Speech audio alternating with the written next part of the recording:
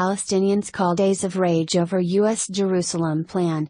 Protests have broken out in the Gaza Strip in response to U.S. President Donald Trump's expected decision to recognize Jerusalem as Israel's capital, as Palestinian leaders called for 3 days of rage against the move. Hundreds of Palestinians took to the streets in Gaza City on Wednesday, carrying banners denouncing Trump, hours ahead of his impending declaration that would also see the U.S. Embassy move from Tel Aviv to Jerusalem. The declaration, which is expected at 1800 hours GMT on Wednesday, comes amid global condemnation of the decision. Al Jazeera's Bernard Smith, reporting from Gaza, said people did not bother to wait for the announcement and spontaneously gathered to protest against the plans. Ball of fire. This is an indication of what might come after Trump speaks later today. People here compare the protests to a small ball of fire that would roll and turn into a much larger ball later on, Smith said. The move by the U.S. seems to have further unified the Palestinians. Hamas and the smaller factions in Gaza have given their full support to Mahmoud Abbas' Fatah movement in their opposition to the U.S. move. There is full unity on the Palestinian streets behind this cause, he added. Hamas released a message emphasizing that Jerusalem is a red line for the Palestinians and the resistance will not allow any desecration of it. Ismail Haniyeh, the leader Hamas, said the decision by the Trump administration will ignite the spark of rage against the occupation. Similar sentiments came from protesters in the Lebanese capital, Beirut, where hundreds gathered in the Palestinian refugee camp Burj al Barajneh to protest against Trump.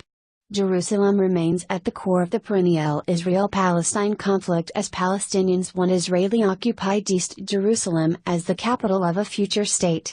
Leaders in the Middle East and elsewhere warned Trump that his plans would have grave implications for the so-called peace process and on regional stability. Hours ahead of Trump's expected announcement, British Prime Minister Theresa May said she intended to speak to the U.S. President about the status of Jerusalem, adding that the fate of the city should be determined through negotiations between Israel and the Palestinians. Jerusalem should ultimately form a shared capital between the Israeli and Palestinian states, May said.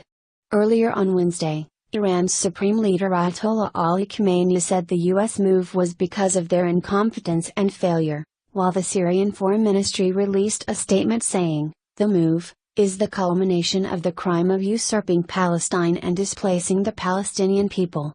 In his weekly address, Pope Francis said that the status quo that governs Jerusalem's Al-Aqsa Mosque compound should be respected. The state of Jordan has been the custodian of all Muslim and Christian sites in Jerusalem since 1994. Status quo. U.S. officials said that Trump remains committed to achieving a lasting peace agreement between the Israelis and Palestinians and is optimistic that peace can be achieved. One official said that Trump's decision doesn't change the status quo with respect to the holy sites and other sensitive issues.